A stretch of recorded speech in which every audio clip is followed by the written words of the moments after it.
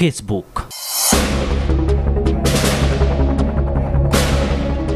উশাহ লবলৈ সময় নোহোৱা ব্যস্ততাৰ মাজতো খন্তেকৰ বাবে হলেও ফেসবুকৰ খিৰিকী খুলি বিভোৰ হয় সকলো।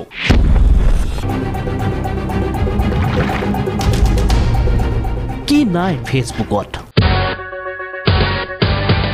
ফেসবুকত বিতৰ্ক আছে, ফেসবুকত কাজিয়া আছে, ফেসবুকতে আছে কবিতা, আছে গানো। এই যুৱকজন সম্প্ৰতি চৰ্চাৰ বিষয়।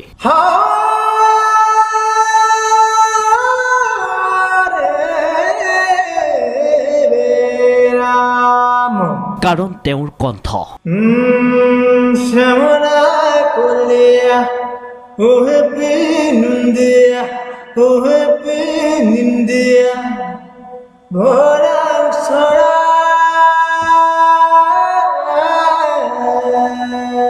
হিন্দীৰ হলে হলেৰ সৈতে শেহতীয়াকৈ শ্যামৰাই কলিয়াক একাকাৰ কৰি তেওঁ নিজেই গাই আপলোড কৰা এই ভিডিঅ' এতিয়া ছ'চিয়েল মিডিয়াত ভাইৰেল হৈ পৰিছে।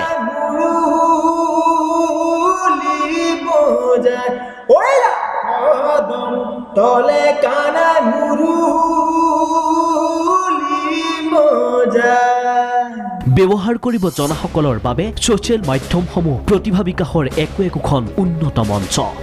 সেই মঞ্চতে গাই জনপ্ৰিয় হৈ পৰিছে এইগৰাকী যুৱতী।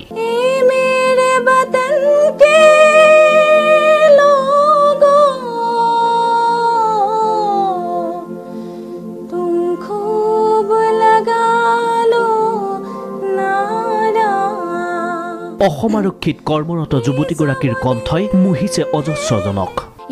मेरे वतन के लोगों जरा आँख में भर लो पानी, जो शहीद हुए हैं उनकी जरा याद करो कुर्बानी।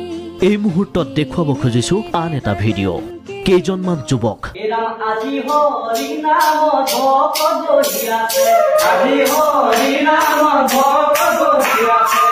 খোলতাল নাগাৰালৈ বহিছে গানৰ মজলিছত। ভক্তিমূলক গীতত অলপ নতুন ৰং সানিছে এওঁলোকে।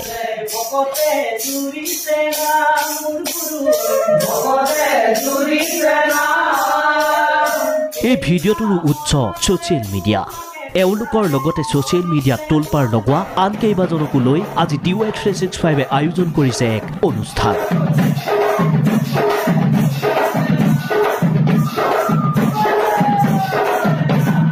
ফেসবুকত নহয়, এওঁলোক আজি বহিব DY365ৰ ষ্টুডিঅ'ত।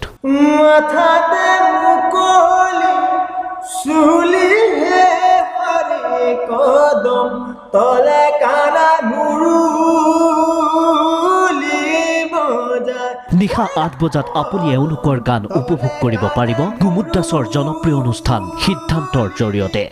আহক আজি একত্ৰে লগ পাওঁ এদল প্ৰতিভাধৰক। আজি নিশা 7:55 সিদ্ধান্ত।